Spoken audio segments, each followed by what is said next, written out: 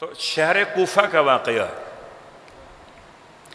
امام کی خدمت میں ایک شخصیت ہیں کہ جو کرائے پر حیوانات دیا کرتے ہیں، نام بشار ہے، مکاری کہے جاتے ہیں کام کے اعتبار سے۔ کہتے ہیں میں امام کی خدمت میں جا رہا تھا کہ راستے میں نے ایک عجیب منظر دیکھا۔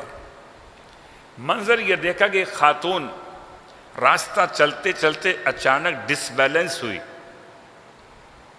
اور ڈس بیلنس ہوتے ہوئے اپنے آپ کو سنبھالتے ہوئے اس نے شہزادی کے قاتلوں پہ لعنت کر دی۔ دیکھیے ہم اور آپ گرتے ہوئے سنبھلنے کے لیے کہتے ہیں یا علی مدد، اور جب کبھی مولائے کائنات اپنی مشکل میں کسی کو یاد کرتے تھے تو اسے سیدہ فاطمۃ الزہرا کے نام سے پہچانا جاتا۔ شہزادی کونین کا نام دیا، مگر کیسے کہ اللہم العن قاتلی فاطمۃ الزہرا۔ اس نے گرتے گرتے کہا کہ اے خدا تو لعنت کر سیدہ کے قاتلین پر۔ آپ نے کہا بے شمار، آپ تو چاہنے والے ہیں، وہاں ہو گیا شمار۔ اور کیا شمار ہوا کہ پولیس نے آ کے اسے اریسٹ کر لیا کہ تم نے بڑا جرم کر دیا ہے۔ بہت غور کیجئے گا، حالانکہ نام کسی کا نہیں لیا ہے، صرف قاتل سیدہ کہہ دیا ہے۔ اب جو قاتل سیدہ کو پہچانتے ہوں، جو قاتل سیدہ کو پہچانتے ہوں وہی تو پہنچیں گے وہاں تک۔ صلوات پڑھیں محمد و آل محمد۔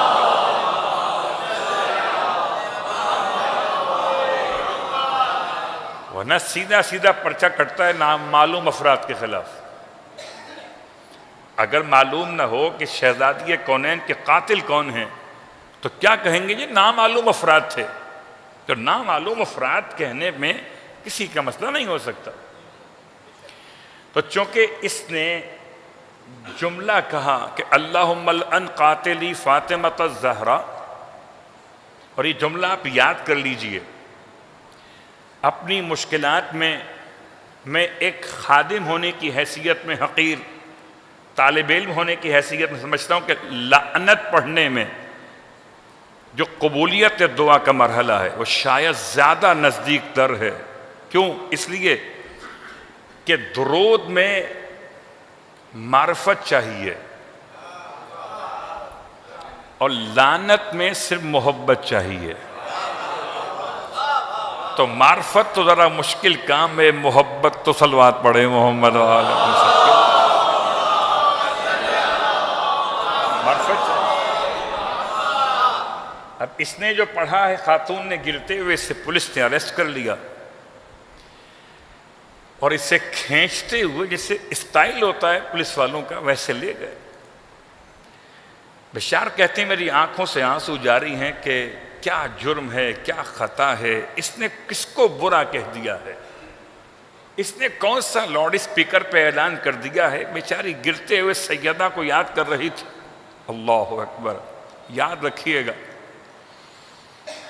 جب کبھی معصوم، خاص پانچویں امام کے بارے میں روایت کہتی، جب کبھی آپ بخار کی کیفیت میں ہوتے تھے اور جسم شدید گرم ہوتا تھا تو اپنے وجود مقدس پر ٹھنڈے پانی کے چھینٹے مارتے تھے اور ایک جملہ زبان سے ادا کرتے تھے، واہ فاطمہ زہرا۔ کہ جلتے ہوئے دروازے کی شدت تپش نے جو سیدہ پر قیامت ڈھائی ہے وہ تو پڑھی کہاں جاتی ہے۔ اللہ اکبر۔ کیا جملہ استعمال کروں کہ واقعاً جب کبھی ہم اور آپ اپنی مشکلات اور پریشانیوں میں گھر جائیں تو سب سے بہترین وظیفہ ہے شہزادی کونین کو یاد کیجیے۔ تو شہزادی کونین کا نام لے کر توسل کرنے کے بہت سارے انداز ہیں، ایک یہ بھی ہے اللہم العن قاتلی فاطمۃ الزہرا۔ اس نے یہ پڑھا، اسے سپاہیوں نے اریسٹ کر لیا۔ بشار کہتے ہیں میں امام کی خدمت میں گیا تو ضرور، سلام عرض کیا، امام نے سلام کا جواب بھی دیا، شفقت اور دعا عنایت فرمائی۔ آپ کے سامنے سیحانی کھجوروں کا ایک خوان رکھا ہوا تھا، آپ اس میں سے نوش فرما رہے تھے۔ آپ نے مجھے دعوت دی کہ آئیے بیٹھ جائیے بشار، آپ بھی کھائیے۔ بشار کہتے ہیں مولا سے، مولا میری طبیعت کھانے کے لیے مائل نہیں ہے۔ امام فرماتے ہیں بشار ہوا کیا ہے؟ اب جو آنسو چھپا رکھے تھے، بشار کی آنکھوں سے وہ آنسو باہر نکل آئے۔ امام سے پورا واقعہ بیان کیا۔ امام سب جانتے ہیں بشار پر کیا گزری، امام سب جانتے ہیں۔ یہ سننا سنانا تو سننے سنانے والوں کے لیے ہے۔ اگر وہ نہ سوال فرماتے تو آج ہم کیا بیان فرماتے؟ امام نے سوال کیا، اس کا مطلب یہ ہرگز نہیں ہے کہ امام نہیں جانتے، اللہ یعوذ باللہ من ذالک، امام جانتے ہیں۔ اور جو نہ جانتا وہ امام کیسے ہوگا؟ اللہ اکبر۔ امام نے سوال کیا، مسئلہ کیا ہے؟ پورا واقعہ بیان کر دیا۔ امام کی آنکھوں سے آنسو رواں ہوئے اور اتنا روئے کہ ریشے مقدس آنسوؤں سے تر ہو گئے۔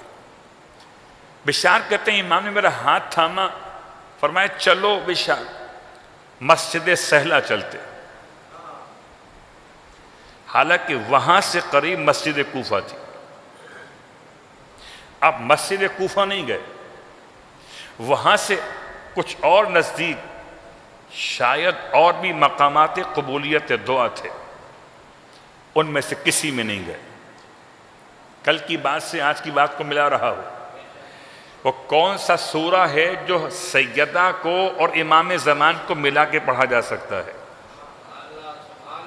اس بات کو مربوط کرتے ہوئے کہ شہزادی کونین کے قاتلوں پر اگر کوئی لعنت کرے تو اس کی ضمانت کون کروائے گا؟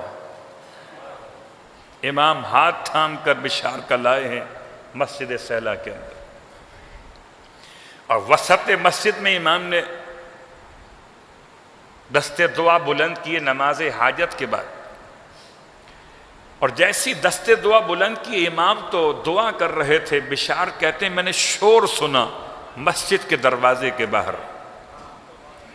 کتنے شور سن کے باہر گیا تو پتہ چلا کہ جس خاتون کو اریسٹ کیا تھا اسے رہا کر دیا گیا، اور ایسے رہا نہیں کیا گیا بلکہ ریاست نے معاذرت کی، علاقے کے کوتوال نے اس اعتبار سے ایکسکیوز کیا، اور ایکسکیوز کرتے ہوئے اس گرفتاری پر معاذرت خواہانہ رویہ اختیار کیا، اور 200 درہم گورنمنٹ کے بیت المال سے خاتون کو دیے جا رہے تھے، مگر خاتون نے بیت المال کے پیسے لینے سے انکار کر دیا۔ اللہ اکبر۔ جیسے ہی یہ پوری خبر بشار لے کر امام کی خدمت میں آئے، امام کی دعا مکمل ہو چکی ہے۔ بشار کہتے ہیں مولا مبارک ہو، رہائی مل گئی۔ ابھی سجدے سے سر اٹھا نہ تھا کہ رہائی مل گئی۔ امام نے ارشاد فرمایا اچھا بشار اب یہ ہمارے پاس سے درہم لو۔ بعض کہتے ہیں امام نے 7 درہم یا اس سے کچھ کم یا زیادہ درہم نکال کے دیے۔ فرمایا وہ عورت، وہ خاتون جو تھی وہ درہم لینے کی مستحق تھی، لیکن اس نے حکومت کی امداد نہیں لی۔ بہت غور کیجئے گا، حکومتی امداد سے چلنے والے اور ہوتے ہیں، الہی امداد سے چلنے والے اور ہوتے ہیں۔